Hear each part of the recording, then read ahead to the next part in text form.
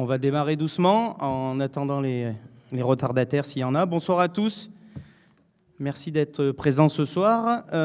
Donc deux petites informations avant de démarrer.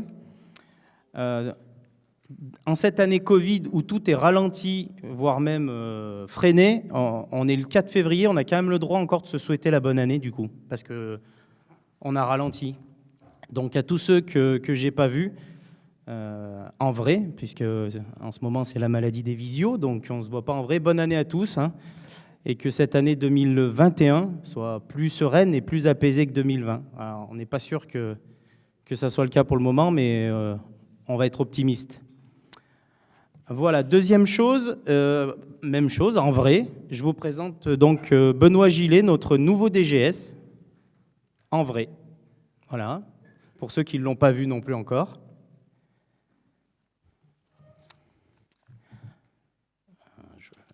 Je vois pas qui... Oui.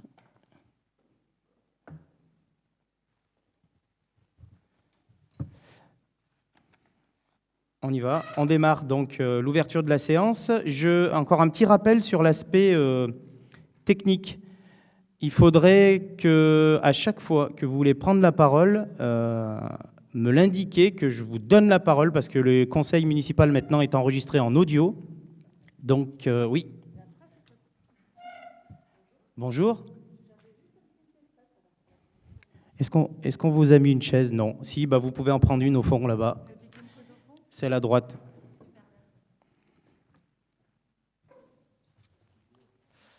Donc voilà, vous me demandez, comme ça j'indique qui c'est qui prend la parole, parce que c'est important pour le compte-rendu après. Comme aujourd'hui il n'y a pas de vidéo et que c'est que de l'audio, c'est pour aller plus vite. Allez, eh ben on démarre. Donc je vais procéder à l'appel. Alors, cantonné général, il est là. Claire Péchel. Présente. Florian Grenier. Anne Drogo. Brahim Sadi. Dolores Adamski. Alain Fernandez. René Martin. Pouvoir à Dolores Adamski. Pascal Lubin. Nadège Mancino. Sabine Alib. Non, et on n'a pas de pouvoir non plus. Absent. Florent de Béchillon. Arnaud Collet. José Dos Santos. Vanessa Renard, pouvoir à Claire Péchel. On l'a, ok. Sébastien Magnier. Oh, il y a 2 minutes, tu n'étais pas là.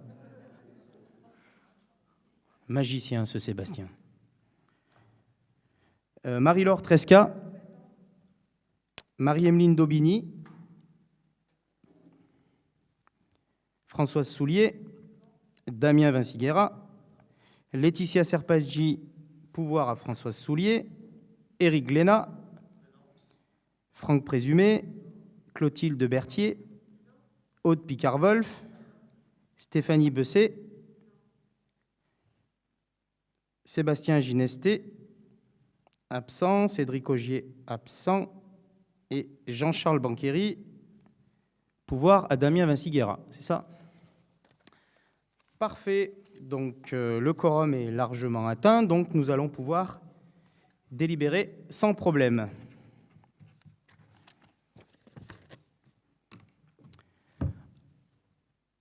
Alors, qui c'est qui se colle au secrétariat de séance ce soir? J'avais noté, c'est quelqu'un de l'équipe.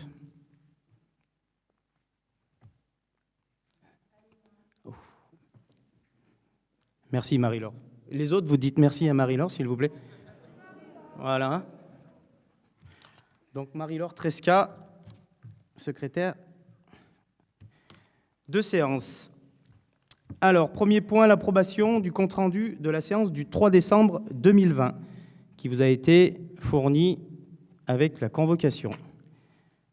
Est-ce que vous avez des questions sur ce compte-rendu du dernier conseil municipal 2020?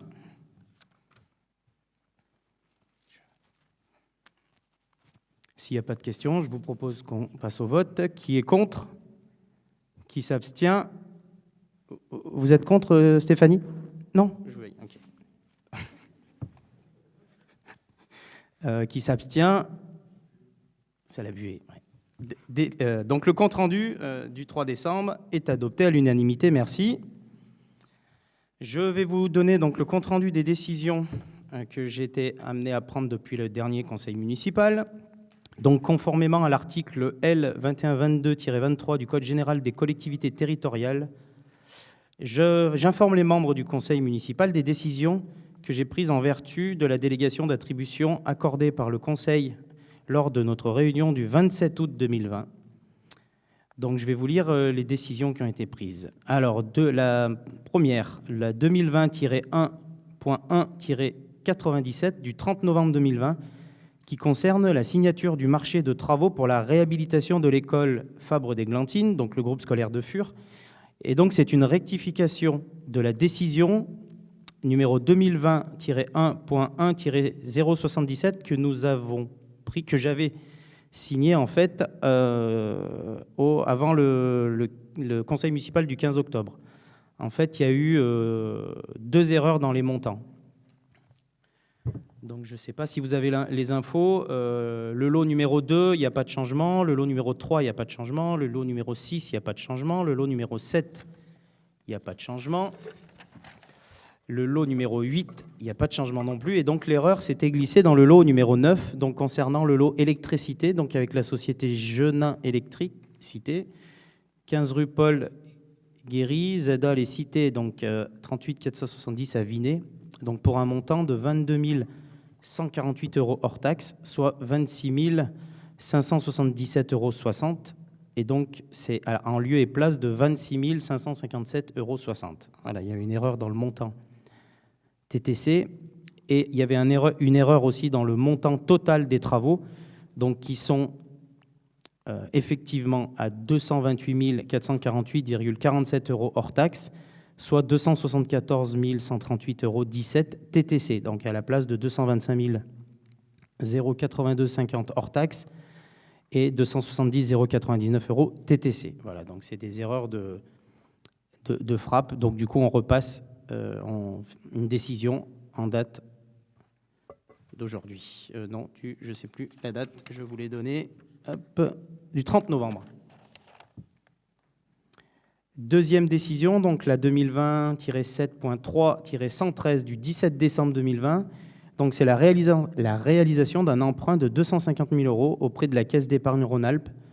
Donc c'est le programme d'investissement de 2020. Donc chaque année, la commune réalise un emprunt afin de financer l'investissement de l'année en cours et qu'elle ne peut pas financer par ses propres ressources. Donc, considérant la nécessité de réaliser un emprunt pour financer les investissements 2020 et considérant les différentes propositions reçues, donc il a été décidé de contracter un emprunt de 250 000 € auprès de la Caisse d'épargne Rhône-Alpes, dont les caractéristiques sont les suivantes. Donc 250 000 € pour le montant total, à rembourser sur une durée de 15 ans, au taux d'intérêt annuel fixe de 0,40%. Base de calcul des intérêts, donc 30,60. Alors 30,360, c'est la durée, ça.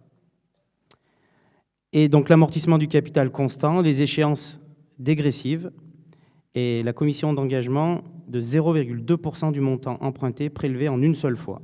Donc le remboursement anticipé possible à chaque échéance moyennant un préavis au plus tard de 30 jours ouvrés. Et le paiement d'une indemnité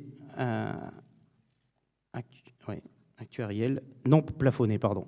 Et donc de signer l'ensemble des documents contractuels relatifs au contrat de ce prêt décrit ci-dessus avec la Caisse d'épargne Rhône-Alpes. Voilà. La décision suivante, donc en 2021-7-10, c'est la 01 du 6 janvier 2021, c'est la modification de la régie de recettes de la commune. Donc par délibération du conseil municipal en date du 27 août 2020, le conseil municipal de Tullin a délégué au maire l'ensemble de ses attributions pour prendre les décisions concernant toutes les matières énumérées à l'article L. 2122-22 et notamment de créer, modifier, de supprimer les règles comptables nécessaires au fonctionnement des services municipaux.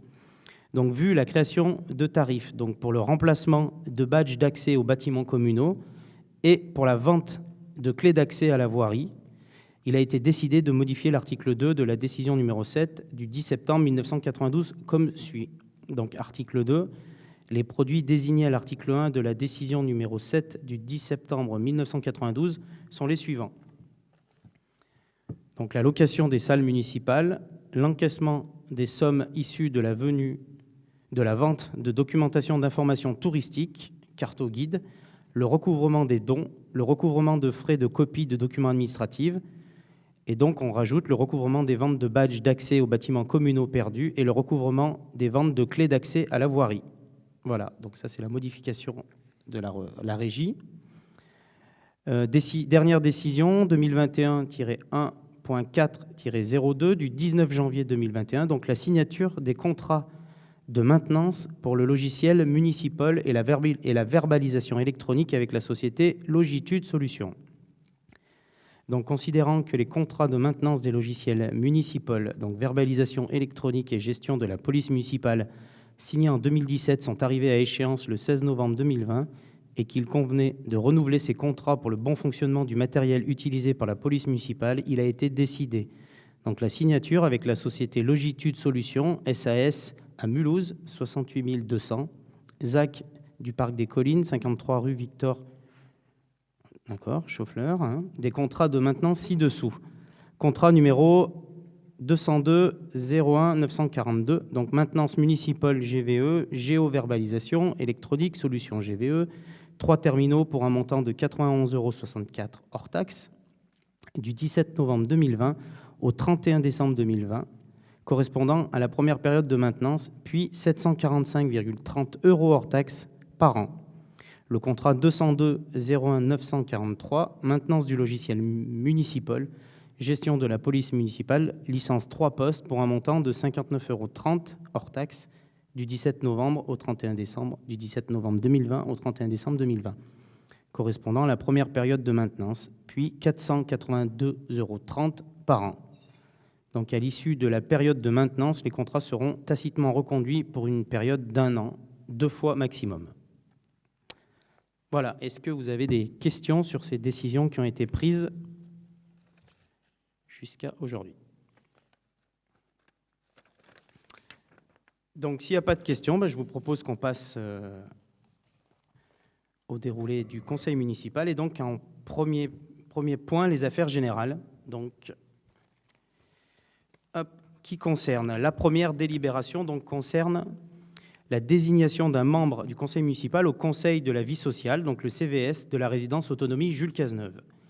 Donc la résidence autonomie Jules Cazeneuve dispose d'un CVS, donc d'un conseil de la vie sociale qui se réunit 2 à 3 fois par an. Ce conseil de la vie sociale est une instance consultative importante. Elle est source de propositions sur le règlement intérieur de la résidence, l'organisation, les activités socio-culturelles, les projets de travaux et d'équipement, la nature et le prix des services rendus par l'établissement au quotidien.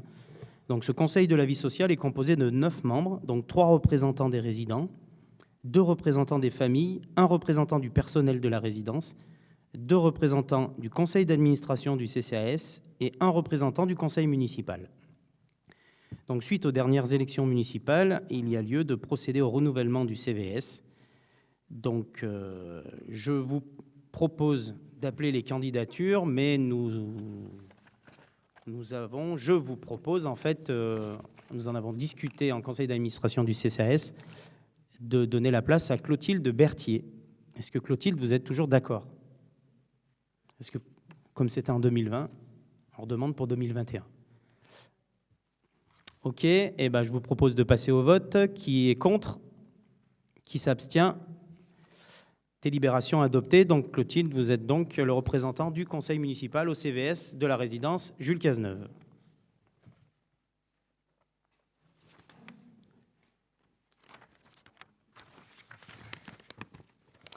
Alors, délibération numéro 2, toujours dans les affaires générales. Le plan de lutte contre l'ambroisie, donc la désignation de 2 référents communaux. Donc, l'ambroisie est une mauvaise herbe très invasive qui prospère annuellement sur les sols nus ou remaniés après chantier, les parcelles agricoles, les délaissés, les bordures de voirie. Elle est très présente en Isère. L'ambroisie est surtout un problème de santé publique en raison du caractère très allergisant de ses pollens sur les mois d'août et de septembre. Elle nécessite une lutte coordonnée et permanente de l'ensemble des gestionnaires des territoires concernés. Les modalités de lutte obligatoires contre la présence et les effets de l'ambroisie sont fixées par l'arrêté préfectoral du 30 juillet 2019 et du plan d'action départemental qui lui est annexé. Donc les plants d'ambroisie doivent être éliminés, détruits avant la période de pollinisation. Chaque gestionnaire exploitant de parcelles où prolifèrent les plants d'ambroisie est responsable de ces actions de lutte. Le maire, via le réseau des référents ambroisie communaux et intercommunaux, qui s'est mis en place depuis 2013, est chargé de mettre en demeure les gestionnaires de parcelles où l'ambroisie est signalée de se conformer aux dispositions de l'arrêté préfectoral. Les signalements de présence d'ambroisie et les actions de lutte sont centralisés sur la plateforme régionale www.signalement-ambroisie.fr. Le non-respect des dispositions de l'arrêté préfectoral est sanctionné par l'amende prévue pour les contraventions de la 4e classe, décret du 26 avril 2017. Le maire, en cas de défaillance des gestionnaires de ces parcelles, peut faire procéder à la destruction des plants d'ambroisie aux frais des intéressés, sur la base des dispositions des articles L. 2212-1 et L. 2212-2 du Code général des collectivités territoriales. L'Agence régionale de santé Auvergne-Rhône-Alpes a sollicité la commune pour le renouvellement des référents communaux suite aux élections municipales.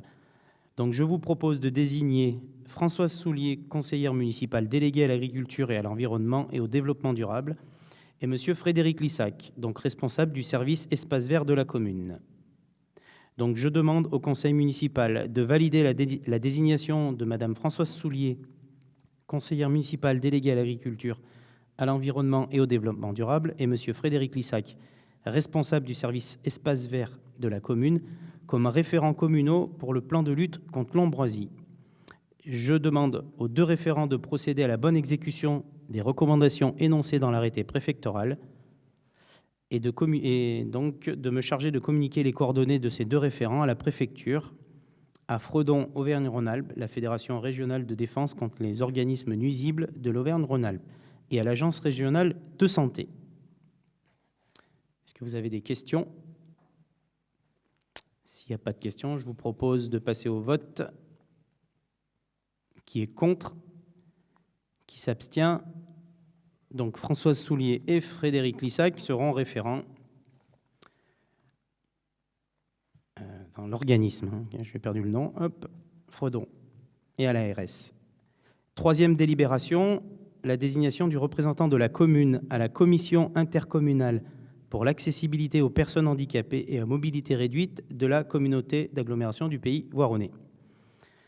Donc, suite au renouvellement de ces instances et à la validation de la composition type de la commission établie lors du Conseil communautaire du 15 décembre 2020, la communauté d'agglomération du Pays Voironnais sollicite la commune pour la désignation d'un représentant à la commission intercommunale pour l'accessibilité aux personnes handicapées et à mobilité réduite.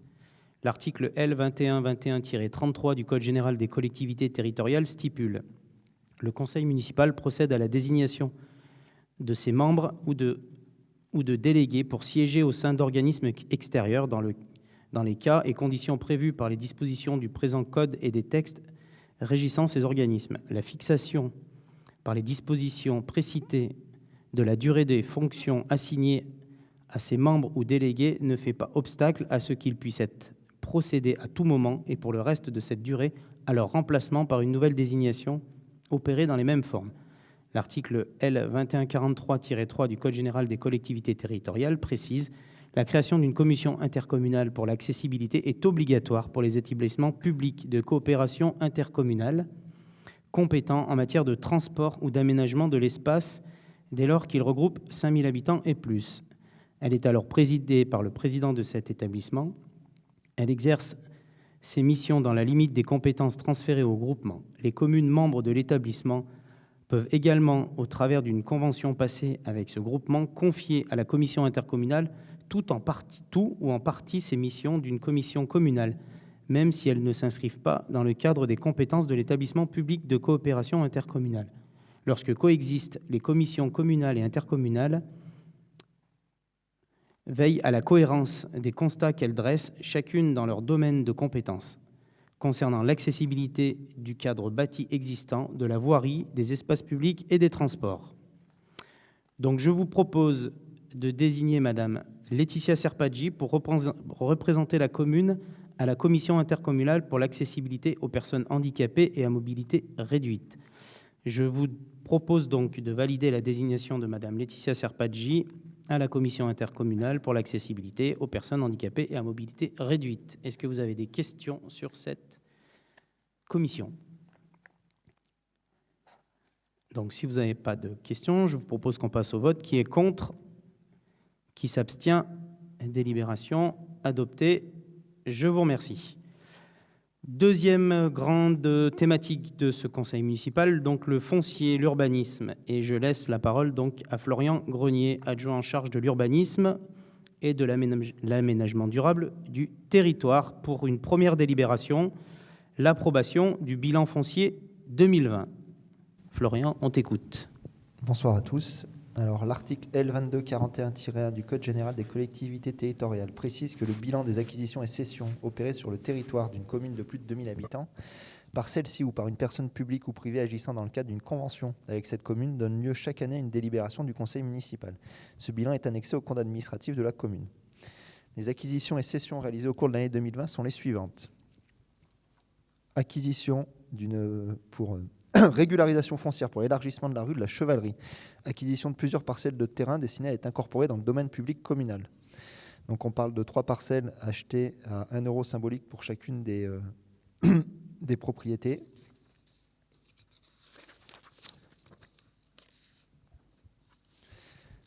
Dans le cadre d'une cession, un acte notarié du 27 mai 2020 concernant la cession d'un appartement de type T4 d'une superficie de 78,90 m² situé place Winston Churchill et cadastré AL 574, moyennant un montant de 98 000 €.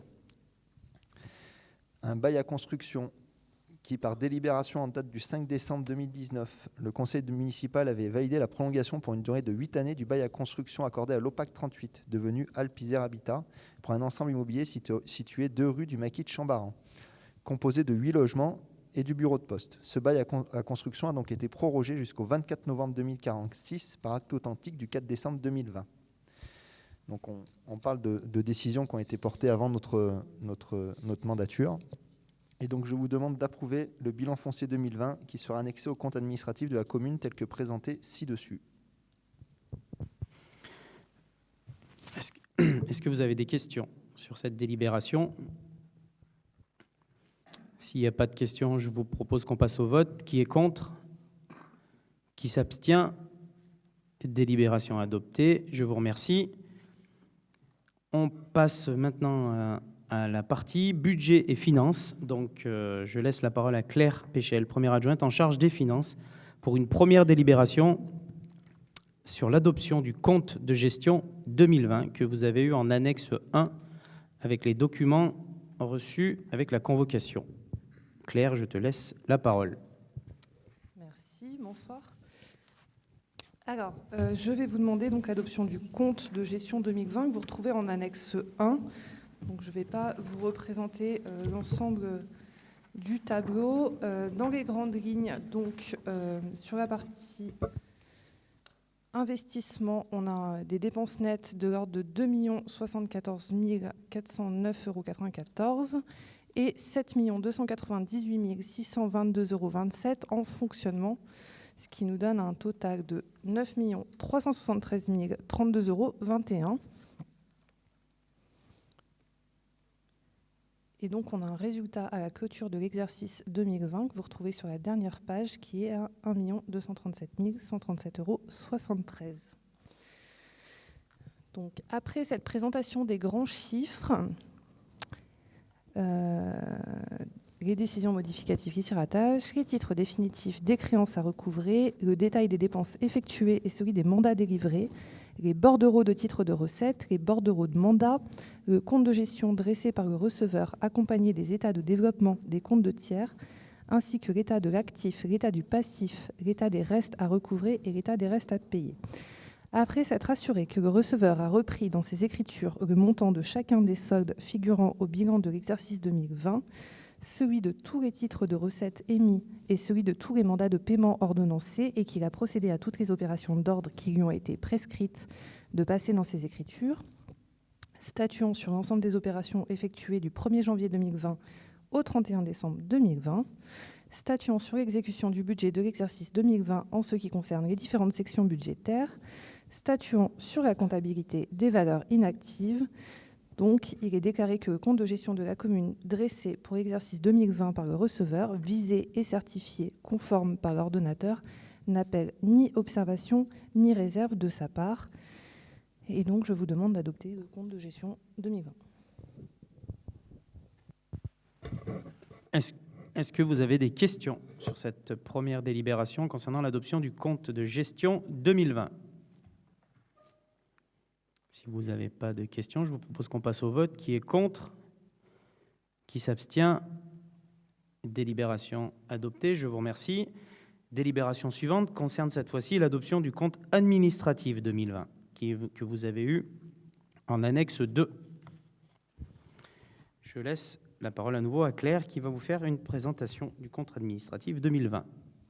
Alors, conformément à l'article L2121-14 du Code général des collectivités territoriales, Monsieur le maire ne peut pas présider la séance pour cette délibération, mais peut assister à la discussion précédant le vote.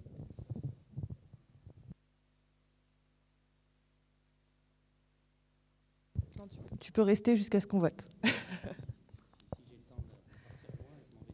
Oui. Donc, la présentation du compte administratif 2020, donc vous l'avez dans la note de synthèse. Donc, on y retrouve les réalisations par section donc de fonctionnement et d'investissement sur la partie dépenses et recettes, ce qui nous donne un total un résultat d'exercice à moins 425 2,66 € et avec les reports dans les sections de fonctionnement et d'investissement, on arrive à un résultat cumulé de 479 137,73 €. Est-ce qu'il y a des questions ? Très bien. Je te demande de quitter la séance.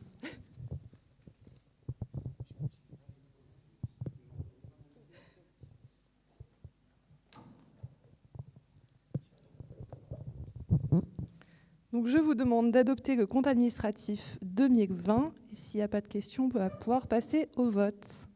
Qui est contre ? Qui s'abstient ? Délibération adoptée. Tu peux aller le chercher. Merci.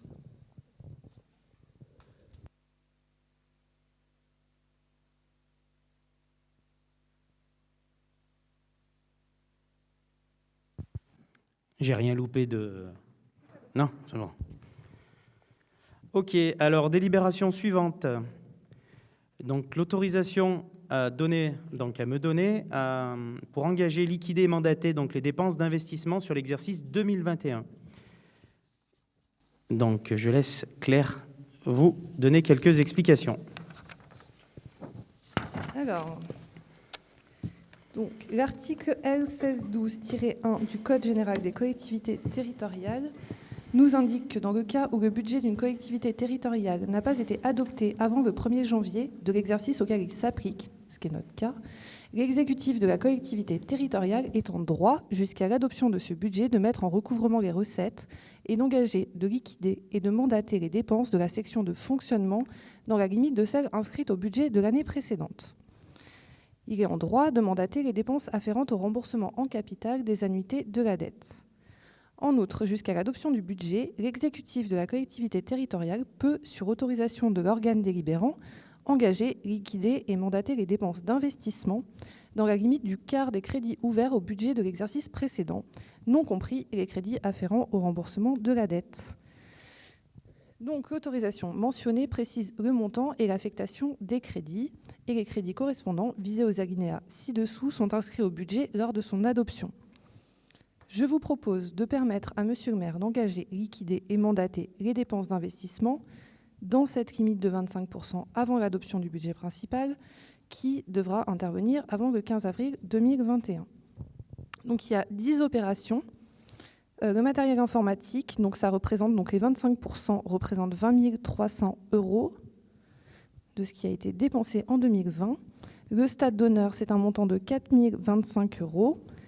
Il y a 9 875 € de bâtiments communaux, 7 250 € de divers travaux de sécurité, 13 750 € d'école, 4 150 € pour l'église Saint-Laurent-des-Prés, 31 802 € de travaux d'accessibilité des ERP, 7 025 € de signalisation et mobilier urbain, 16 500 € d'éclairage public et 33 000 € de divers travaux de voirie. Donc on retrouve 147 677 qui sont bien les 25% des crédits ouverts en 2020 qui représentaient 590 710 €.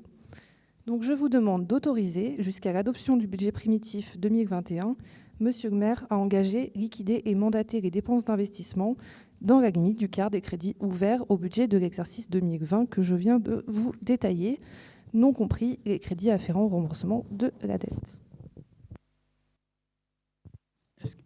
Est-ce que vous avez des questions sur cette délibération? S'il n'y a pas de questions, je vous propose qu'on passe au vote. Qui est contre? Qui s'abstient? Délibération adoptée. Je vous remercie.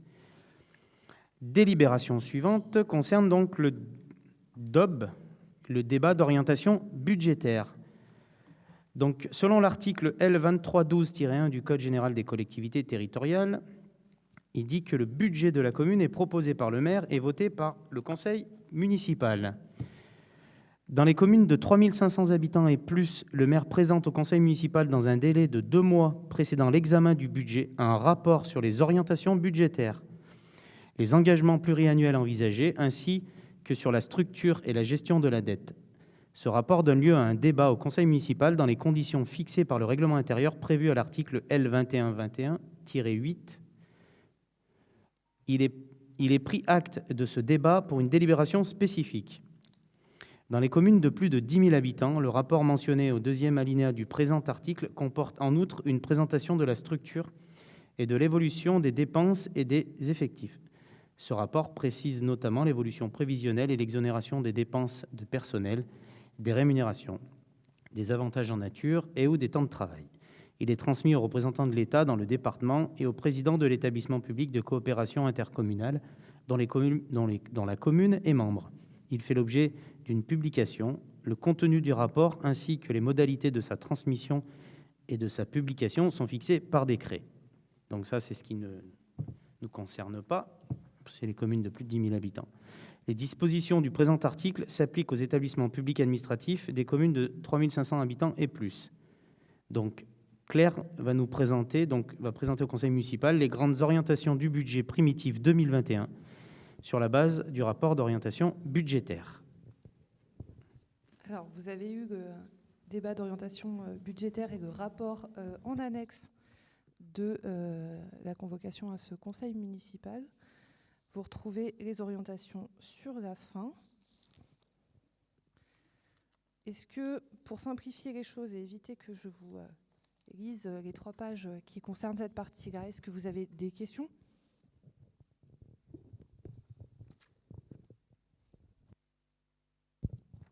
Oui, monsieur Présumé. Oui, c'est d'abord une question de méthode, parce qu'on a des remarques à partir de la partie 3 sur les orientations budgétaires. On va faire l'exercice, puisqu'il faut faire un exercice un petit peu qu'on a commencé en commission, mais je pense que c'est intéressant de le faire aussi devant tout le conseil municipal.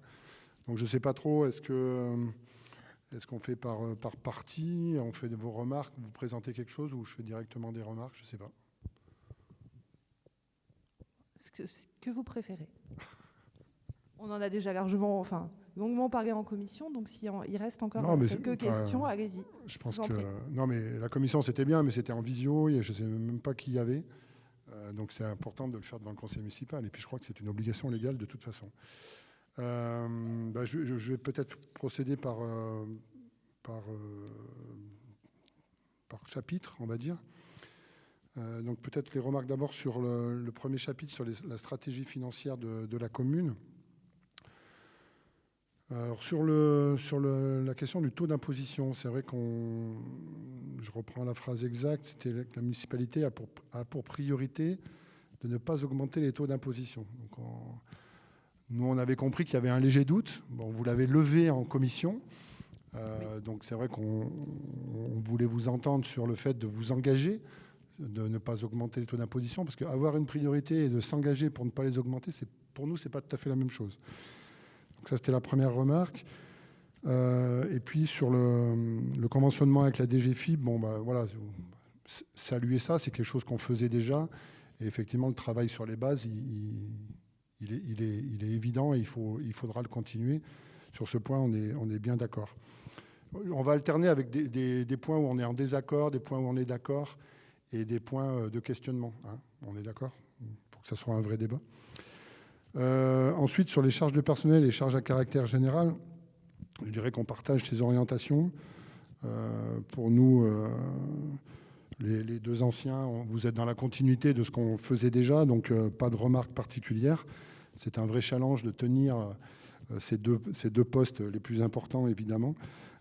Et donc, on y reviendra tout à l'heure peut-être, mais on salue effectivement cette continuité dans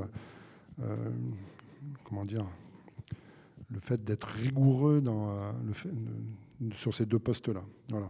Voilà pour uniquement la première partie. On peut faire la page 41 en entier, puisque le paragraphe 2 est très court. L'idée de ne pas faire de budget supplémentaire, c'est quelque chose qu'on faisait depuis longtemps, nous. Donc, on partage cette idée plutôt de régulariser avec des DM, mais ça veut dire aussi qu'il faut avoir un budget primitif qui soit le plus précis possible et juste possible. Mais ça, on verra peut-être plus tard. Je ne sais pas si je fais tout d'un coup ou si on s'arrête là. Et puis, allez-y, continuez. Je continue. On note les questions. Pour l'instant, on n'en a qu'une. Ouais, ça va être long, hein, mais bon. Alors après, sur le budget préliminaire, d'une manière générale, on trouve que, je l'avais dit en commission, c'est que on a des questions de préciser un petit peu les choses pour 2021, d'autant plus qu'entre le moment où vous avez dû écrire ce document et aujourd'hui, il s'est passé du temps, et que peut-être que vous avez avancé et peut-être que vous aurez des réponses un peu plus précises. Sur les recettes et dépenses prévisionnelles, pas grand-chose à dire. On est un peu dans la continuité là aussi. Il n'y a pas de réelle grosse marge de manœuvre de toute façon. Vous prévoyez un emprunt à 635 000 €, qui est un montant élevé. On avait, nous, emprunté 650 000 en 2019 et c'était une grosse année. Donc, voilà, c'est correct, mais c'est un montant élevé, mais qui convient. S'il faut, c'est aussi le moment d'emprunter, ce que me disait Eric. Les taux sont très bas et que, quitte à emprunter, il vaut peut-être mieux emprunter maintenant que dans quelques années. Donc là-dessus, on partage cet objectif-là. Sur les dépenses prévisionnelles d'investissement, alors, effectivement, il y a un gros reste à réaliser. Il y a ce débat sur l'investissement courant. Il faudra qu'on se mette d'accord sur qu'est-ce qu'on met dans l'investissement courant et ce qui n'y est pas. Mais peut-être que j'y reviendrai tout à l'heure. Ensuite, la répartition par thématique. Moi, j'avoue, alors je parle à titre personnel, ce n'était pas forcément ma tasse de thé. Parce que c'est vrai que dans un budget d'investissement, dans un petit budget d'investissement comme le nôtre, dire qu'il y a tant pour le scolaire, tant pour la culture, ça dépend tellement justement des projets. Ça peut être tant une année, l'autre année. Donc pour moi, ce n'est pas vraiment un axe. Mais bon, c'est une petite remarque en passant. Paragraphe sur l'objectif des maîtrises de dépenses. J'avoue que ce paragraphe m'a un peu agacé, à titre perso, nous a un peu agacé. Peut-être que je vais mettre ça sur le fait qu'il y a des effets de langage qui peut-être qu'on a mal interprétés. Mais quand je lis depuis la prise de fonction de la nouvelle majorité, les élus traquent les dépenses de fonctionnement inutiles, et ce dans tous les secteurs. Alors, est-ce qu'il faut lire en creux qu'on ne le faisait pas avant ? Voilà. Ainsi, de l'argent public pourrait être économisé en mettant en place une réelle politique de gestion. Je pense qu'il faut avoir l'honnêteté de dire que l'équipe précédente, et même l'équipe précédente, et même l'équipe précédente, puisque ça fait très longtemps qu'on était là, n'est-ce pas, que sous la houlette de Jean-Yves Derbé, d'abord comme adjoint en finance pendant des années, puis comme maire avec Eric, ont tenu les cordons de la bourse, comme on dit, d'une manière assez remarquable pour une commune qui n'est pas très riche, comme vous le savez. Et donc, je pense que l'honnêteté voudrait, plutôt que de tourner des phrases en ayant l'impression de dire que vous allez forcément être meilleur que nous, d'abord faire vos preuves et puis dire qu'effectivement, on vous laisse une situation très saine, avec une commune bien gérée et très peu d'endettement, et avec des marges de manœuvre qui... Voilà. Donc, je vois que ça fait rire Florian Grenier, mais il me dira pourquoi il n'est pas d'accord. Donc, voilà, ça, je tenais à le dire. Vous dites que vous irez à la recherche de subventions, très bien. Je veux dire, ça, c'est une évidence. On va tous chercher la recherche de subventions. Mais là encore, en creux, on a l'impression que nous, on ne le faisait pas. Je vais vous rappeler juste deux projets avec la Maison des associations, plus de 50% de subventions, l'Église, plus de 70%, plus aussi toutes les aides directes et indirectes de la CAPV. Enfin, bon. Donc c'est un peu agaçant cet objectif. Alors on partage l'objectif de maîtrise de dépenses, mais voilà ce que je voulais dire. Ensuite, sur l'amélioration de l'épargne. Comme je vous le disais, on a une commune, peut-être que certains le découvrent, qui n'est pas riche, comme on dit, avec une capacité d'autofinancement qui s'est dégradée dans les dernières années à cause de la baisse des dotations de l'État et du fait qu'effectivement, on n'avait pas beaucoup de marge de manœuvre. On ne s'est pas donné les marges de manœuvre en termes d'augmentation du taux d'imposition, ce qui était un choix politique. Si vous faites le même, c'est parfait. Vous dites que l'épargne est impactée par le remboursement de la dette. Moi, je n'ai pas les mêmes lectures que vous, puisque si on regarde sur les dernières années, le remboursement du capital de la dette et les charges financières n'ont pas augmenté. Ce qui me fait dire d'ailleurs que l'endettement n'est pas un problème à Tullin. Ça reste d'ailleurs une marge de manœuvre. Il y a plein de maires qui endettent leur commune. Hein. C'est même un choix politique parfois d'endetter la commune. Ça n'a jamais été le nôtre. On verra le choix que vous faites. Et une CAF de 100 000 €, c'est vraiment le minimum, effectivement, comme objectif, et on ne peut que le partager. Voilà sur la maîtrise des dépenses et l'amélioration de l'épargne. Sur les objectifs d'investissement pour 2021. Alors, là aussi, j'ai pas mal on rentre presque plus dans la discussion du budget, on voulait un peu plus de précision. On partage... il y a pour moi, quelques contradictions, on va dire, entre... Vous citez pas mal de ce que moi je considère comme des dépenses... comment vous dites, des dépenses d'investissement courant, enfin, avec des bâtiments communaux qui nécessitent un entretien important, etc. Alors, tout dépend comment on présente les choses, mais c'est vrai qu'on voit que l'entretien des bâtiments, c'est vraiment un investissement courant qui est nécessaire, comme l'entretien des voiries, et qui vient gréver beaucoup le budget d'investissement. Donc, c'est un combat quotidien aussi pour trouver l'équilibre entre investissement courant et investissement projet, si on peut dire. Donc voilà, à la fois on partage l'objectif, mais on attend de voir un petit peu dans le détail ce que sera votre budget 2021. On partage évidemment le programme Petite Ville de demain, puisque nous l'avions inscrit dans notre projet et nous étions les seuls candidats à l'avoir mis. Et on avait pris acte de candidature avant les élections. Enfin, en tout cas, on avait levé le doigt auprès du préfet. Donc bravo pour vous être engagé dans ce programme qui est vraiment une vraie opportunité pour la ville. Donc il faudra voir effectivement comment ça se met en route. Sur les services publics, je ne vais pas revenir sur le plan école, mais bon, ça serait trop long. On verra par la suite comment va tourner, mais bon, je ne peux pas m'empêcher de dire qu'encore une fois, que pour moi c'était un sujet clivant, vous le saviez, et ce retour à 4 jours nous pose problème. On est vraiment déçus d'avoir fait passer l'intérêt des enfants au second plan. Voilà. Donc c'est acté.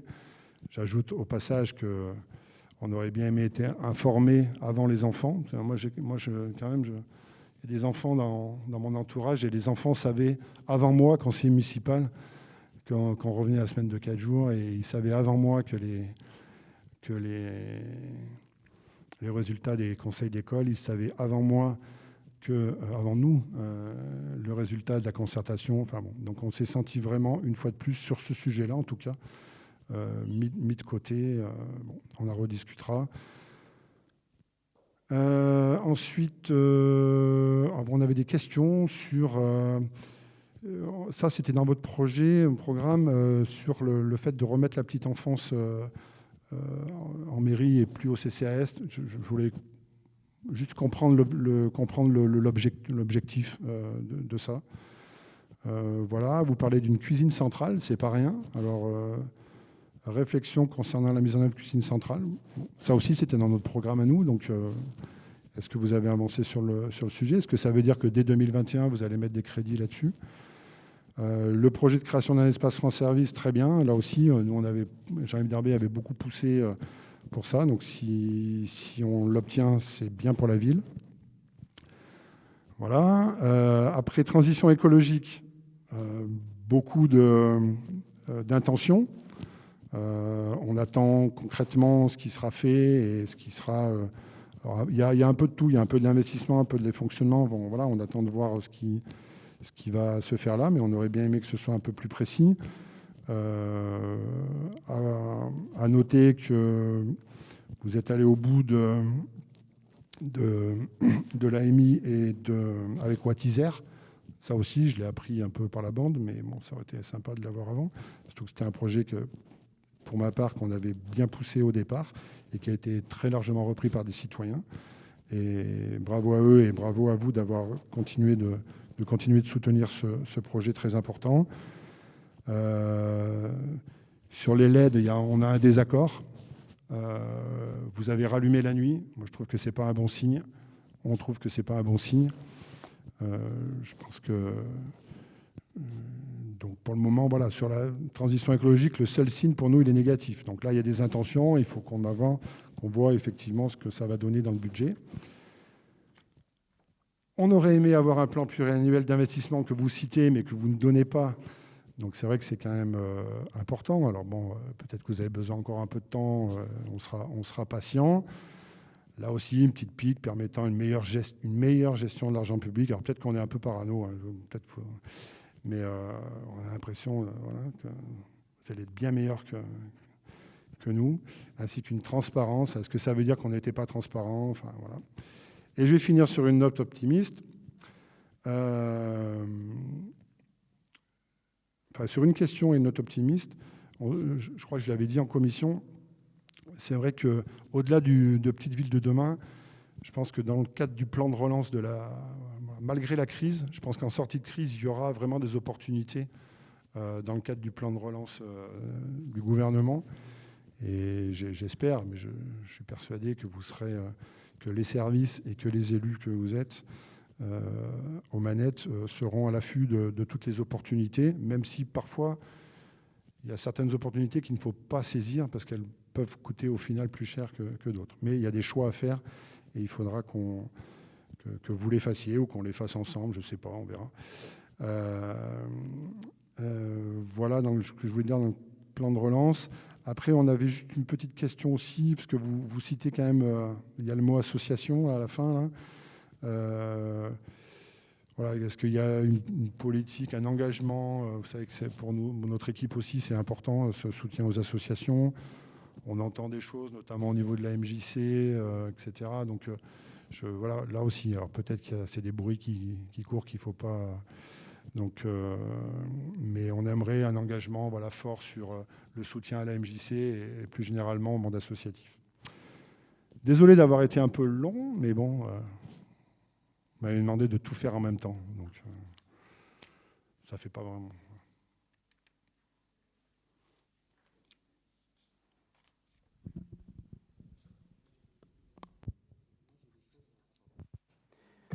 Moi, j'ai noté des choses.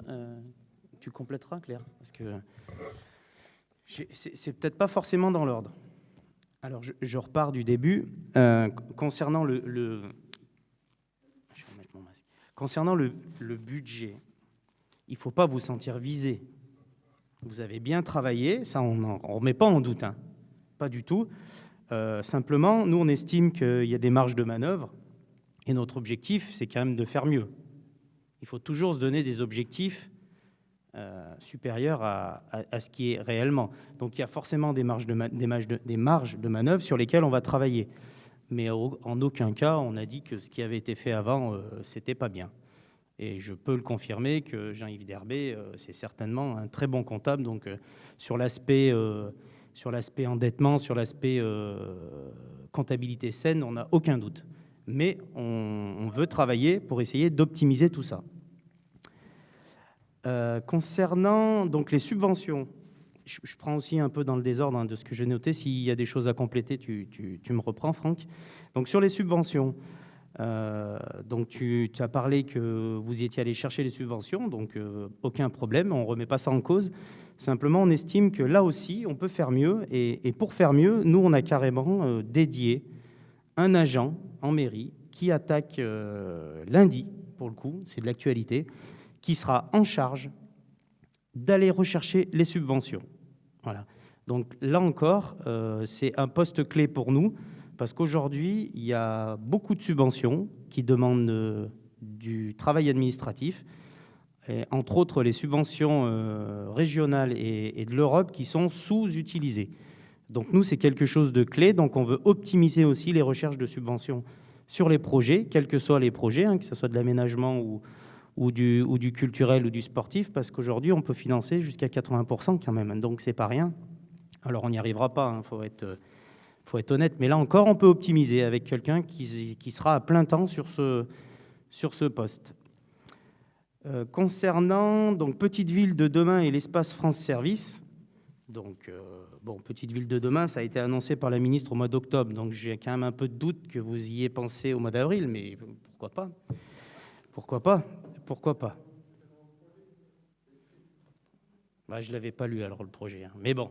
Bon, visiblement, c'est quand même quelque chose qui est sorti il n'y a pas très longtemps, mais c'est pas très grave. L'objectif pour tous les deux, pour nous tous, c'est que Tullin fasse partie des 14 villes de l'Isère, la seule du Pays Voironnais et 1000 sur la France. Donc l'objectif, il est là, il doit nous rassembler. L'espace France Service, peut-être que c'était dans les tuyaux, mais du coup au début du tuyau. Donc là, nous, on en est presque au bout du tuyau. Donc là aussi, c'est bien pour tout le monde. Concernant le plan école, donc je sais que ça, c'est un dossier qui vous irrite un petit peu, tous les quatre. Nous, on s'était engagé à faire une consultation auprès des parents. Et c'est ce que nous avons fait, une consultation auprès des parents. Le résultat est sans appel, donc c'est 70%. Anne ?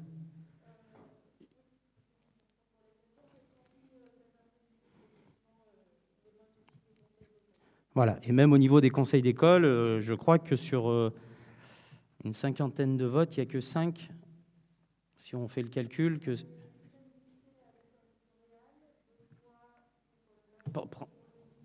Attends, Anne, il faut prendre un micro.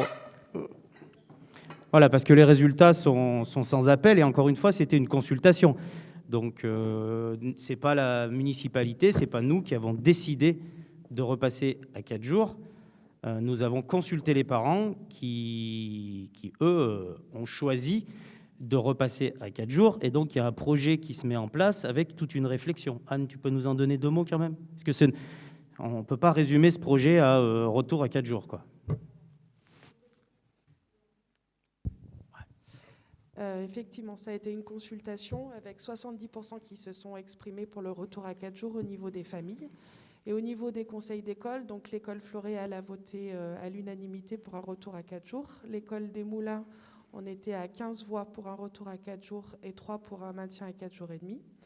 Et enfin, l'école de Fur avec 23 voix pour un retour à 4 jours, 2 voix pour un retour à 4 jours et demi et 2 voix sans avis. Effectivement, à partir de là, comme je vous l'ai inscrit dans le mail, on va réunir la commission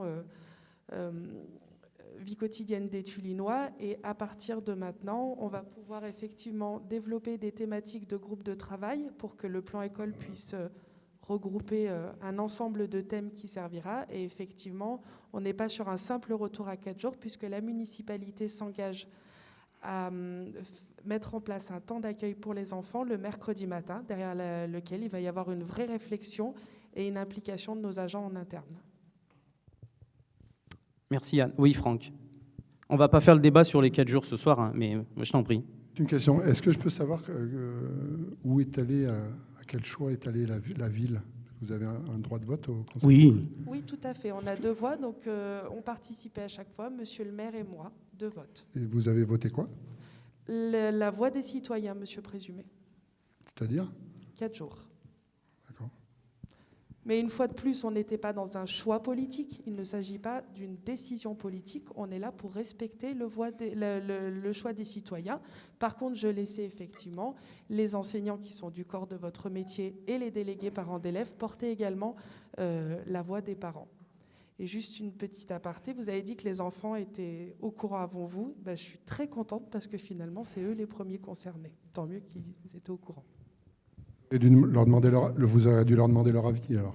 Ça a été fait par la consultation. Je Si crois vous pas, avez non. lu le courrier, on a demandé à Je ce sais que... pas. Nous, là, Après, attendez. je peux pas être derrière chaque parent, Attends. monsieur Présumé. Excuse-moi, Gérald. Après, on finit parce qu'on fait pas le débat ce soir Non, sur les mais 4 jours. je vais en profiter parce qu'on avait une demande. Je voulais le faire en question orale, mais je pense que je vais le faire maintenant. Ça détendra un peu l'atmosphère. On a, depuis le début du mandat, on se sent, on l'a déjà exprimé plusieurs fois, c'est pas le cas dans toutes les commissions, c'est pas le cas sur tous les sujets, mais sur certains sujets, on n'arrive pas à avoir d'informations, et c'est très, très désagréable, très, très désagréable. Et sur ce sujet-là, en l'occurrence, qui pour nous est un sujet important, alors après, on ne demande pas d'être informé sur tout, des choses, mais pour nous, c'est un sujet hyper important. On n'a reçu aucune information sur le résultat de la consultation. Je tiens à préciser sur le résultat de la consultation, malgré tout, que oui, 70-30, mais on ne tient pas compte des 30% de familles qui n'ont pas répondu. Et bon, voilà, je ne remets pas en cause le choix des gens, mais voilà. Et ce que je remets en cause, c'est la méthode. Mais on ne va pas faire le débat. Tu as raison, Gérald. Ce que je remets en cause, c'est qu'on ne soit pas informé. On a reçu un mail tout à l'heure, juste avant le conseil municipal, nous informant des résultats des conseils d'école. Mais je n'ai toujours pas officiellement, en tant que conseiller municipal, le résultat de la consultation. Je l'ai su par la presse. Et voilà, donc j'en viens à ça, c'est-à-dire qu'on a une demande. Vu qu'on apprend plus de choses par le Dauphiné libéré que par les commissions municipales ou que par nos adresses mail, et qu'on a l'impression aussi parfois que le Dauphiné libéré est devenu le deuxième Turin-Mag, on aimerait avoir un abonnement au Dauphiné libéré gratuit pour notre groupe. Voilà. Comme ça, au moins, on aura les informations gratuites. On peut poser la question, vous ferez remonter à vos supérieurs?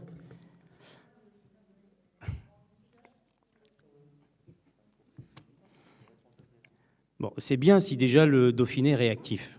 Voilà, ça c'est bien, il faut leur rendre hommage. Bon, le conseil d'école, le dernier conseil d'école était mardi.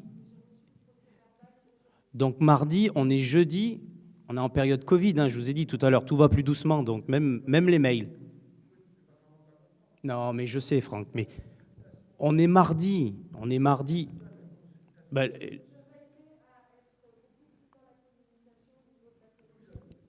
Excusez-moi, on s'éloigne du débat d'orientation budgétaire, s'il vous plaît. prends le micro, Franck, parce qu'on enregistre. Oui. Non, mais voilà, pour le micro. On en revient au budget?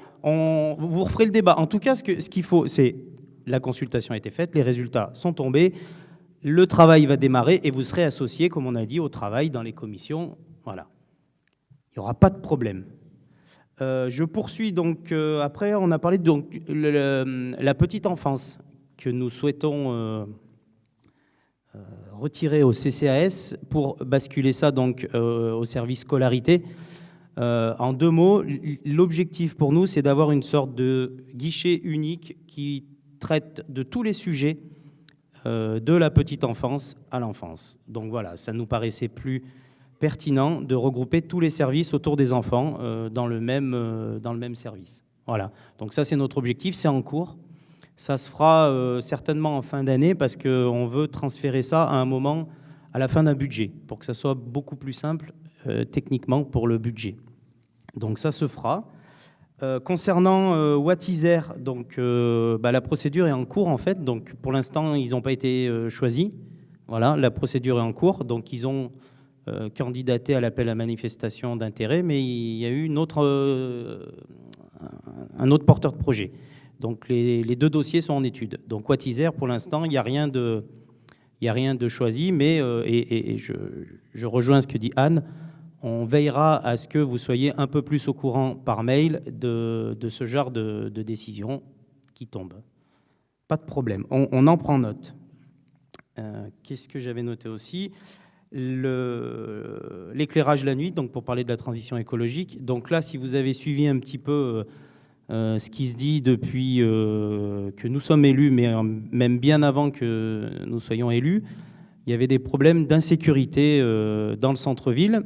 Donc moi, je vous fais remonter des choses de la gendarmerie, des pompiers, qui pour eux, les interventions de nuit dans le centre-ville étaient pas très faciles. Des infirmières libérales qui commencent à 5 h du matin et qui sont venues me voir en disant « on a peur d'être dans Tullin à 5 h du matin ». Donc voilà, il y avait des petites choses comme ça. Et donc on n'a pas rééclairé tout Tullin la nuit. On a rééclairé uniquement 4 postes sur 64, ce qui correspond de la place Jean Jaurès à la place Docteur Valois et de la place de la Libération à la place Winston Churchill à Fur. Donc ça correspond en gros aux 2 centres-villes, là où on estime qu'il faut redonner un petit peu de sécurité. Et dernière information qui nous est arrivée il n'y a pas plus tard que 2 jours, donc nos agents qui commencent à 6 h du matin dans les écoles pour l'entretien se font suivre la nuit et sont devant la gendarmerie en plus. Donc c'est des faits qui sont avérés depuis le mois de septembre et qui ne se sentent pas en sécurité quand elles vont travailler, parce qu'elles vont travailler à pied à 6 h du matin. Donc c'était plutôt une bonne chose de rallumer. Mais encore une fois, c'est 4 postes sur 64. Oui, alors en fait, elles se font suivre à partir de 5 h 30, 6 h moins quart, parce qu'elles commencent à 6 h. Donc il y avait une question d'une demi-heure quand même. Voilà. Mais ça prenait à 6 h, effectivement. Mais on n'a rallumé que les centres-villes. Et puis du coup, depuis, les gens sont plutôt contents, donc c'est très bien. Concernant les associations, donc on peut... Parce que nous l'avons arbitré, cette année, les subventions seront... Ah oui, Françoise ? Alors, il faut prendre un micro, Françoise, parce que c'est enregistré. Qui c'est qui a un micro sans fil ? Ouais, parce que là, c'est important qu'on vous entende tous. Hein.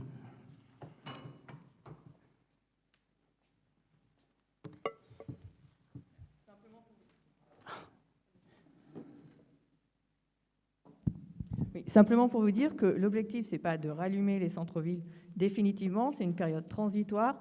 L'objectif étant donc du coup de ramener un peu de sécurité, mais surtout d'équiper petit à petit avec des équipements donc du coup à capteurs de mouvement, quoi. Donc ce qui gênera beaucoup moins la faune et qui permettra d'avoir un peu plus de sécurité au niveau du centre-ville, quoi. Donc, on n'est pas sur un retour complètement en arrière, quoi. Si ça peut vous rassurer de ce côté-là. C'est une adaptation. Voilà. C'est pas un retour en arrière. Et donc, dernier point que j'avais relevé, donc concernant les associations, donc ça sera délibéré au prochain conseil municipal, c'est ça, les subventions aux associations ? Voilà, et ça passera en commission avant. Mais ce qu'on peut déjà vous dire, c'est que ça sera à budget constant. Alain, est-ce que tu veux dire un mot là-dessus, sur les budgets ? C'est trop tôt peut-être, hein ? Ok.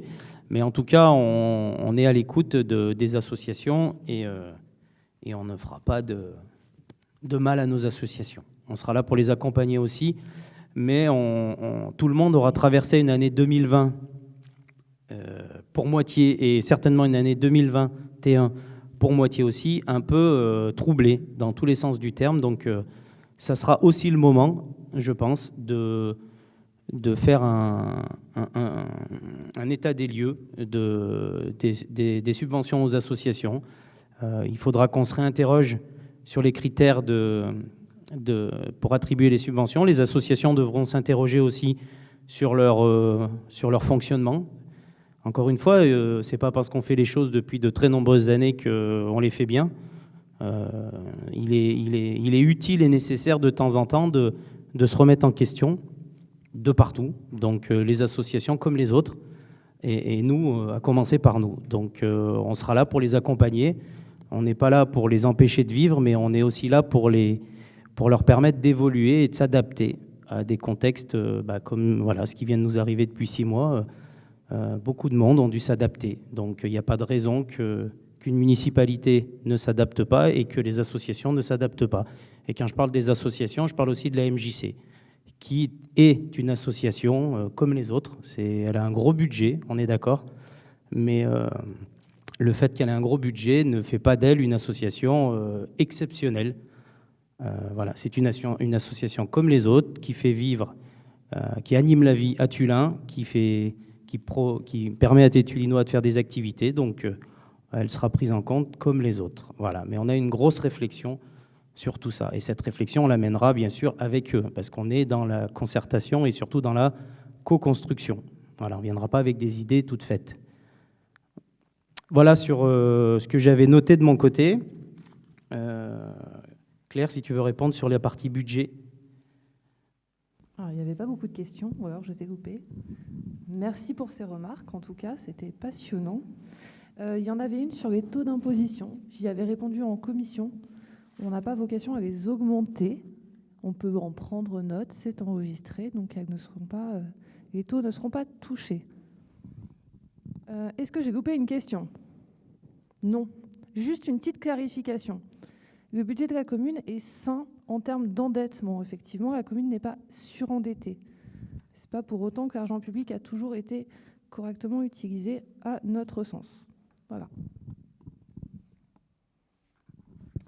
Donc je vous demande, vu l'article L2312-1 du Code général des collectivités territoriales, vu le rapport sur les orientations budgétaires annexées, de prendre acte de la tenue du débat d'orientation budgétaire relatif à l'exercice 2021, selon les modalités prévues par le règlement intérieur du Conseil municipal et sur la base du rapport d'orientation budgétaire en annexe, et d'autoriser Monsieur le maire à prendre toute décision nécessaire à l'application de cette délibération.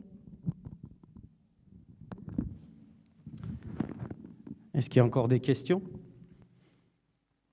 S'il n'y a pas de questions, je vous propose de passer au vote. Pas de vote. Pardon. C'est utile d'avoir un DGS, en fait, vraiment. Parce que s'il n'était pas là, on allait faire une bêtise. Hein. Merci, monsieur Gilles.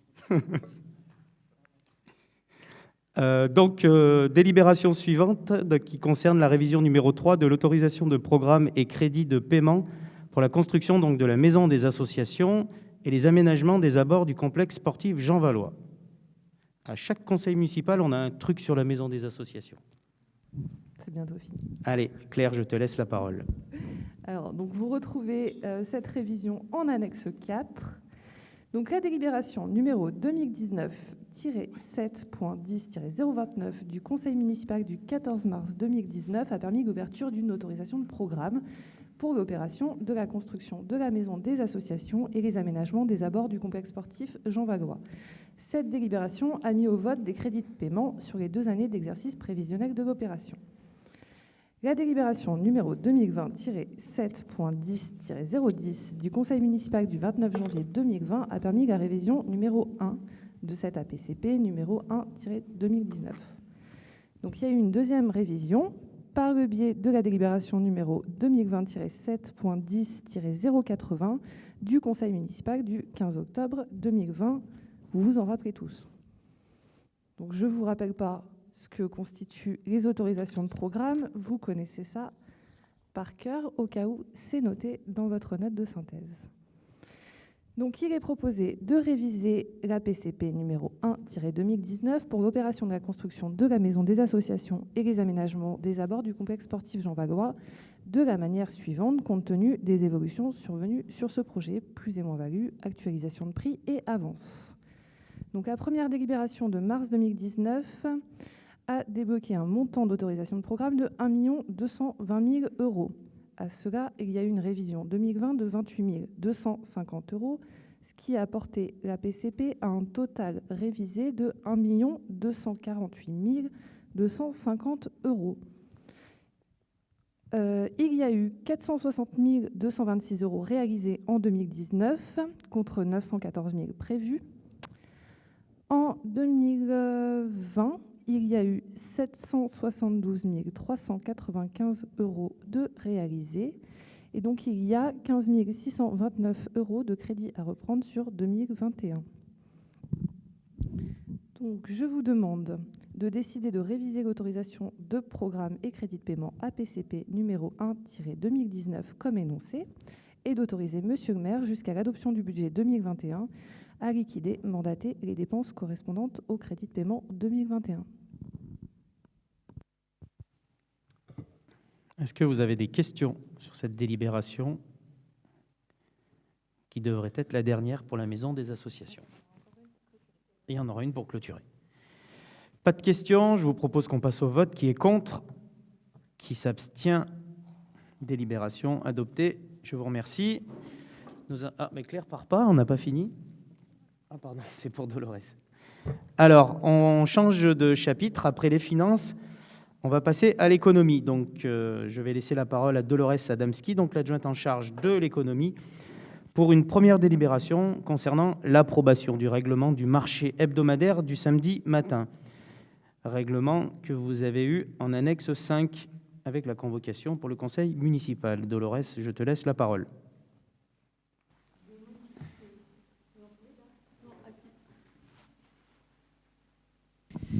Des modifications sont intervenues au fil des années, tant dans le placement des commerçants que dans les règles de circulation des piétons et des véhicules. Il convient donc de revoir le règlement du marché hebdomadaire du samedi matin. Je propose au conseil municipal d'examiner le règlement qui a pour objet de fixer les conditions et les modalités dans lesquelles devront s'effectuer les offres de tous les services, ventes, démonstrations sur le marché de plein air de la ville de Tullin du samedi matin. Ce règlement permet de gérer la sécurité des piétons ainsi que la circulation et le stationnement des véhicules sur la commune. Le marché constitue une occupation du domaine public donnant lieu au paiement d'une redevance perçue sous la forme de droits de place.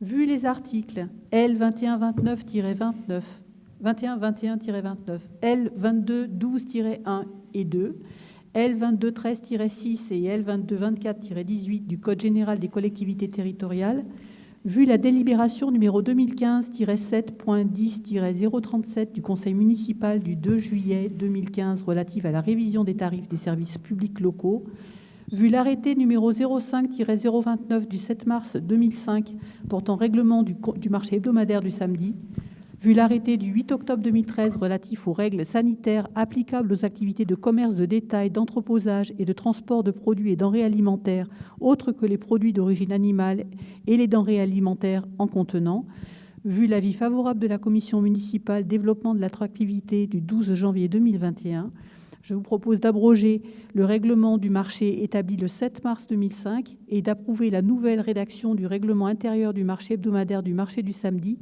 tel qu'il a été annexé à la présente délibération. 15 ans quand même le règlement, il avait besoin d'être toiletté. Est-ce que vous avez des questions sur cette délibération concernant le règlement du marché du samedi matin? S'il n'y a pas de questions, je vous propose qu'on passe au vote. Qui est contre? Qui s'abstient? Délibération adoptée, je vous remercie. Délibération suivante qui concerne l'instauration de la redevance d'occupation du domaine public et la fixation des tarifs applicables au 1er mars 2021. Donc un document que vous avez également en annexe 6 avec la convocation à ce conseil municipal. Dolores, je te laisse la parole pour présenter cette délibération. En vertu du Code général de la propriété des personnes publiques, l'occupation du domaine public donne lieu au paiement d'une redevance, sauf exception prévue par la loi. Afin d'être conforme aux règles en vigueur, il convient d'instaurer une redevance d'occupation du domaine public et d'en fixer les tarifs.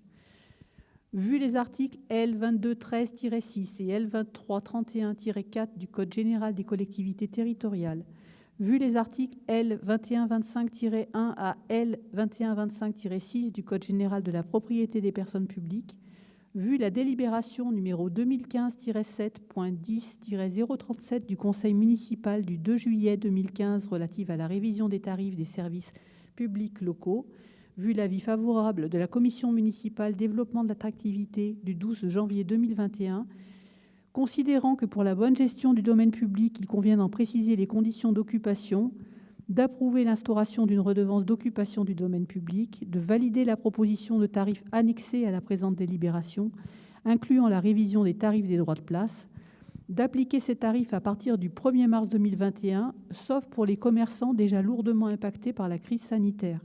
Pour ces derniers, les redevances liées à leur activité ne seront exigibles qu'à compter du 1er janvier 2022.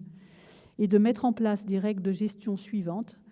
Exonération dans les cas ci-dessous, lorsque l'occupation ou l'utilisation est nécessaire pour l'exécution de travaux intéressant un ouvrage abritant un service public qui bénéficie gratuitement à tous, lorsque l'occupation ou l'utilisation contribue directement à assurer la conservation du domaine public, lorsque l'occupation ou l'utilisation est sollicitée par les associations dont l'activité est désintéressée et concourt à la satisfaction de l'intérêt général, place de parking gratuite pour les déménagements, le redevable de l'occupation du domaine public concernant la rubrique occupation du sursol et droit de stationnement, droit de place, est l'occupant du commerce au 1er janvier de l'année taxée, toute année entamée est due, toute unité entamée est due, toute occupation constatée non autorisée verra son tarif doublé, et le non-respect de la réglementation et des obligations applicables à l'occupation du domaine public entraînera le retrait immédiat de l'arrêté d'autorisation.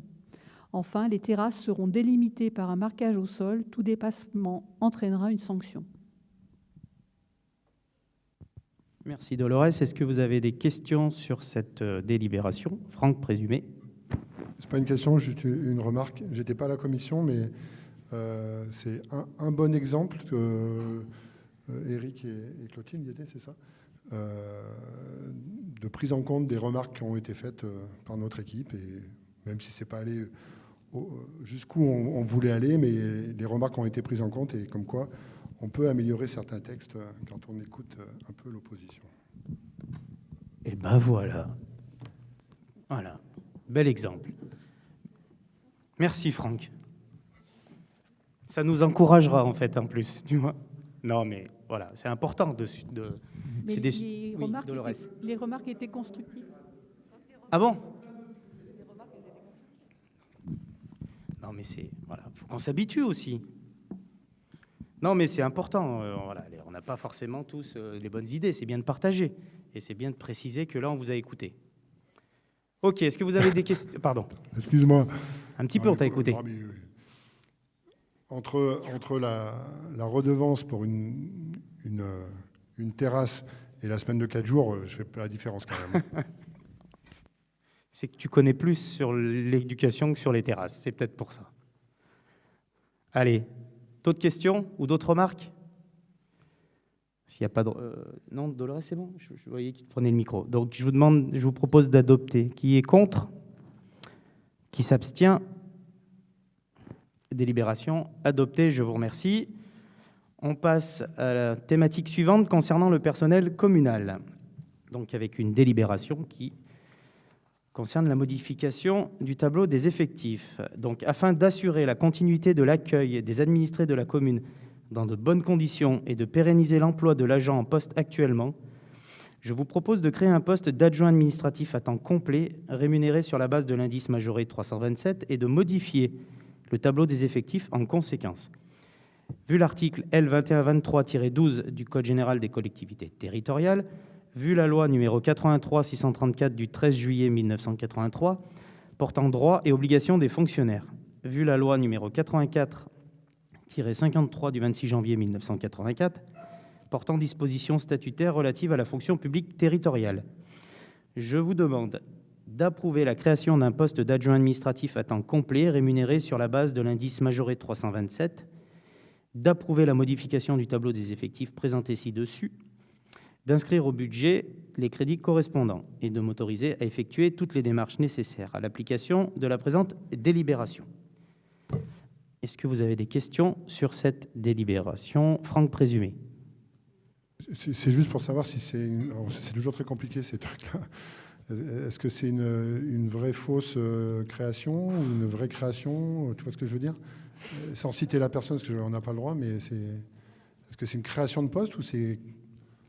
Oui, c'est une création de poste avec un vrai poste d'accueil pour la mairie à l'entrée. Une vraie création de poste. Donc c'est un nouveau poste? Oui. Ok. Il faudra peut-être que, par rapport au débat qu'on a eu tout à l'heure sur la masse salariale, c'est vrai que bon, depuis 6 mois, c'est pas très facile d'y voir clair sur le volume, mais peut-être en nombre de postes, parce que derrière la masse salariale, il y a des hommes et des femmes en général. C'est pas qu'un chiffre dans un budget. Et peut-être qu'il faudrait qu'on ait un organigramme et qu'on y comprenne un peu mieux. Mais je vois M. Gillet qui acquiesce. Donc, nous travaillons sur le sujet. Nous travaillons sur le sujet pour avoir un tableau des effectifs à jour, mais à jour d'aujourd'hui. Voilà. Et donc, voilà, ça fait partie d'un diagnostic dont M. Gillet aura pour mission d'avoir un diagnostic sur l'organisation des services, parce que là encore, on peut peut-être améliorer les choses, faire mieux, sans faire de gros changements, mais c'est bien, encore une fois, de faire un stop là-dessus et de faire un bilan de l'organisation. Et c'est pour ça qu'on s'est aperçu rapidement qu'on avait besoin, donc on est un service public, et dans l'esprit de la candidature pour l'espace France Service, que vous connaissez bien, l'espace France Service, c'est le premier objectif, c'est d'améliorer l'accès au service public pour les usagers. Donc, qui dit améliorer, bon, il n'y a pas besoin d'expliquer ce que veut dire le mot amélioration, et on s'est dit qu'à la mairie de Tullin, quand on rentre, des fois on a l'impression qu'il n'y a pas d'accueil. Donc on s'est dit, c'est un poste pour nous qui est important, avec un vrai poste d'accueil sur lequel on a travaillé sur la fiche de poste. Et là, on peut même dire qu'on a trouvé la personne idéale pour ce poste-là. Et c'était aussi important pour nous de pérenniser un poste pour éviter encore de précariser des agents. Donc c'est un double effet gagnant-gagnant, voilà. Et pour l'accueil des Tullinois et pour la fin d'une précarisation d'un poste. Voilà donc l'objectif de cette création de poste d'accueil. Je ne sais plus si on a voté. Non, on n'a pas voté. Est-ce que vous avez d'autres questions? S'il n'y a pas de questions, je vous propose qu'on passe au vote. Qui est contre? Qui s'abstient? Délibération adoptée. Je vous remercie. On change de thématique. On passe à la vie locale. Donc, une délibération concernant l'approbation du règlement intérieur de la Maison des associations, donc, que vous avez eu en annexe 7 avec la convocation au conseil municipal de ce soir. Je laisse la parole à Brahim Sadi, l'adjoint en charge du sport et de la jeunesse. Brahim, à toi. Bonsoir. Bonsoir. C'est bon ? Bonsoir à tous. Pour répondre à un besoin et soutenir la vie associative, la commune a construit une maison des associations dans l'enceinte du complexe sportif Jean Vallois, route de Saint-Quentin. Cette dernière a été inaugurée le 5 septembre 2020. Afin de mettre cet équipement à la disposition des associations et autres organismes qui en feront la demande, il convient d'inscrire les conditions générales et particulières d'utilisation de tout ou partie des espaces, salles partagées, buvettes, vestiaires la composant dans un règlement intérieur. Les portables sont à mettre en mode avion. C'est pas grave, Eric, c'est pas grave. Tu vois, comme on m'a dit qu'il fallait que je dise à chaque fois qu'il se passait quelque chose, je vais dire que c'est Eric Glénat, c'est son téléphone qui a sonné. C'est pour le compte-rendu, je suis désolé. Hein. Eric, c'était la première fois que je délibérais et tu as... Non, ouais, il a un petit problème, le micro, non? C'est moi? D'accord, on m'entend mieux là, super. Non, je t'en veux pas, Eric. Le règlement intérieur annexé à la présente délibération ainsi qu'un projet de convention d'occupation a été rédigé en partenariat avec les différents utilisateurs potentiels. Je vous demande, vu l'avis de la commission municipale sport et jeunesse du 13 janvier 2021, d'approuver le règlement intérieur tel que présenté et annexé à la présente délibération. Alors, est-ce que vous avez des questions sur le règlement intérieur de la Maison des associations? Je vous propose de passer au vote. Qui est contre? Qui s'abstient? Délibération adoptée. Je vous remercie. Nous passons à la thématique suivante, donc concernant l'aménagement. Je vais laisser la parole à Florian Grenier, donc adjoint en charge de l'aménagement durable du territoire, pour une délibération concernant la signature d'une convention de servitude avec Enedis pour une ligne électrique souterraine de 400 volts, lieu dit Peyadou, parcelle AI 17. Florian, à toi la parole. Alors, l'entreprise Enedis demande l'établissement d'un droit de servitude sur la parcelle cadastrée AI 017 située au lieu-dit Peyadou pour l'amélioration de son réseau électrique d'alimentation publique. Enedis propose une convention de servitude l'autorisant à mettre en place une canalisation souterraine d'une longueur de 7 mètres dans une bande de 1 mètre de large ainsi que ses accessoires. Établir si besoin des bornes de repérage, effectuer l'élagage, l'enlèvement, l'abattage ou le dessouchage de toute plantation, branche ou arbre qui se trouve à proximité de l'emplacement des ouvrages, gênant leur pose ou pourrait par leur mouvement chuter ou croissance occasionner des dommages. Excusez-moi. Moi aussi, je commence à vieillir. Aux ouvrages étant précisé que Enedis pourra confier ses travaux par la commune si celle-ci le demande et s'engage à respecter la réglementation en vigueur, à utiliser les ouvrages désignés et réaliser toutes les opérations nécessaires pour les besoins du service public de la distribution d'électricité, renforcement, raccordement, etc. En conséquence, Enedis pourra faire pénétrer sur la propriété ses agents ou ceux des entrepreneurs dûment accrédités par lui en vue de la construction, la surveillance, l'entretien, la réparation, le remplacement et la rénovation des ouvrages ainsi établis. Par la signature de cette convention, la commune conserve la propriété et la jouissance de la parcelle, mais renonce à toute demande d'enlèvement ou de modification des ouvrages, ainsi qu'à toute modification des terrains pouvant porter préjudice à ce dernier ou gêner son entretien. Elle conserve toutefois le droit de construire ou planter à proximité de l'ouvrage en respectant les distances de protection en vigueur. Enedis s'engage à verser à la commune, à titre de compensation forfaitaire et définitive, une indemnité unique et forfaitaire de 15 €, ainsi qu'à réparer financièrement tous dégâts causés aux forêts ou cultures entourant l'ouvrage. En termes de responsabilité, l'entreprise prendra à sa charge tout dommage accidentel, direct ou indirect, qui résulterait de son occupation ou de ses interventions. Les dégâts seront évalués à l'amiable en cas de litige par le tribunal compétent. Donc on est encore sur une servitude pour Enedis, comme les délibérations qui ont déjà été portées au Conseil. Donc je vous demande d'autoriser Monsieur le maire à signer la convention de servitude avec Enedis, une ligne électrique souterraine 400 volts. Lieu-dit est planté à haut 306 et 346.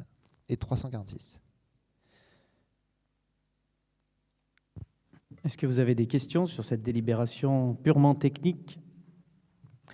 S'il n'y a pas de questions, je vous propose de passer au vote. Qui est contre? Qui s'abstient? Délibération adoptée, je vous remercie. Délibération suivante sur le même principe. Donc cette fois, ça concerne la signature d'une convention donc avec la CAPV ayant pour objet le fonds de concours pour le surdimensionnement du réseau d'eau potable sur la RD 48 et chemin du Pont-Gros afin d'améliorer la défense incendie dans la plaine de Tullin. Phase 5, c'est la dernière phase, il me semble. Florian, à toi la parole. Alors, conformément à la programmation des travaux adoptée le 20 décembre 2016 par le Conseil communautaire, la CAPV a engagé des travaux en vue de réhabiliter son réseau de distribution d'eau potable dans la plaine de Tullin. Les travaux de cette 5e et dernière tranche concernent notamment le tronçon ABB1B1 d'un linéaire de 1600 mètres situé sous la RD 48, le tronçon HH1 d'un linéaire de 480 mètres se trouvant sous le chemin de Pont-Gros. Dans le cadre de ces travaux, les réseaux existants devaient être renouvelés par des conduites en fonte de diamètre 60 mm afin d'assurer l'alimentation en eau potable des riverains. La commune a souhaité profiter de ces travaux afin d'améliorer la défense incendie de cette partie de son territoire. Afin de satisfaire ce besoin, il a été décidé de mettre en œuvre des conduites en fonte de diamètre 100 au lieu de la conduite en diamètre 60 mm. Conformément à la délibération numéro 16-079 du Conseil communautaire du 29 mars 2016, la CAPV se trouve dans le cas numéro 1 relatif au renforcement du réseau d'eau potable pour la défense incendie. C'est pourquoi la commune, en application de cette délibération, est tenue de prendre en charge le surcoût de ces travaux sur le réseau d'eau nécessaire à la défense incendie. Cette convention définit le montant et les modalités financières relatifs à la participation de la commune aux travaux de surdimensionnement du réseau d'eau potable, RD 48 et chemin de Pont-Gros. La participation financière ne concerne que le surcoût entraîné par le changement de diamètre de la conduite, soit une différence de 2 € hors taxe le mètre linéaire. Les prix unitaires mentionnés sont ceux émanant du marché à bon de commande numéro 15 0095 passé par la CAPV relatif à ces travaux. La participation demandée à la commune via un fonds de concours est évaluée au niveau projet à tronçon AA BB1 B2 3200 € hors taxe, 1600 mètres par 2, tronçon HH1 960 €, 480 mètres par 2, soit un total de 4160 €. Le versement devra être effectué en une fois à l'achèvement des travaux après visite des lieux sur présentation d'un décompte général définitif du procès-verbal de levée des réserves. Et on a profité également de ces travaux d'enfouissement qui étaient en cours pour réaliser la réfection totale de la voirie, étant donné qu'elle avait été endommagée pour faire passer les réseaux et les raccordements en maison. On a décidé avec le Pays Voironnais et la participation qui était leur sur la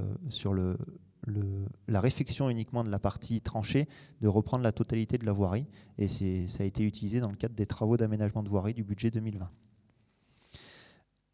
C'était pour la petite info. Et je demande au Conseil d'approuver la convention ayant fait pour objet fonds de concours pour le surdimensionnement du réseau d'eau potable sur la RD 48 et le chemin de Pont-Gros afin d'améliorer la défense incendie, plaine de Tullin phase 5 et dernière phase, avec la communauté d'agglomération du Pays Voironnais, et d'autoriser le maire à signer la dite convention.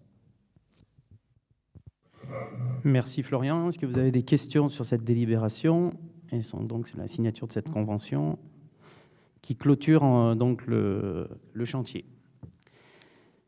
S'il n'y a pas de questions, je vous propose de passer au vote. Qui est contre? Qui s'abstient? Délibération adoptée. Je vous remercie. Nous sommes arrivés au bout de tous les points dont nous avions à délibérer. Je vous propose qu'on passe aux questions orales. Franck, présumé. Bon, il y a une question orale, on l'a évoqué tout à l'heure, mais j'ai une autre question. J'ai lu avec attention la prose de M. Augier dans le Tullin Mag. Je voulais savoir si tu avais reçu une démission officielle ou pas. Vu que... Donc, il était annoncé dans le Tullin Mag ses adieux, en fait, si j'ai bien lu. Nous n'avons rien reçu à ce jour d'officiel de démission. Voilà. Mais j'ai cru comprendre en lisant le texte que nous ne le reverrions pas tout de suite. Voilà, mais pas de démission. Ok. Peut-être que Mme Besset a des informations. Non, mais Mme Besset n'a pas d'informations. Okay. Le mystère plane. Merci. C'est vrai que je regrette un peu de ne pas pouvoir faire mes adieux officiels ce soir, mais ce n'est que partie remise. Peut-être que je peux le convoquer. Non? Peut-être. Je ne suis pas sûr qu'il vienne juste pour moi, mais... Bon. Question orale, une autre question orale? Non?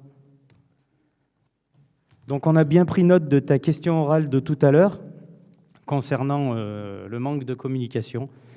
Donc je m'engage à faire passer l'information auprès de toute mon équipe pour que les informations passent de manière un peu plus rapidement, avant que le Dauphiné libéré, qui bosse bien finalement, ne diffuse l'information. Voilà. Donc le Dauphiné libéré, s'il vous plaît, allez moins vite pour les informations. Laissez-nous le temps de les diffuser avant. Il faut signer, s'il vous plaît, avant de partir. Alors en tout cas, merci à vous pour cette séance de conseil municipal. Rendez-vous le 11 mars, je crois, pour le budget. Donc je vous demande de passer, signer. Voilà. Merci à tous, bonne soirée.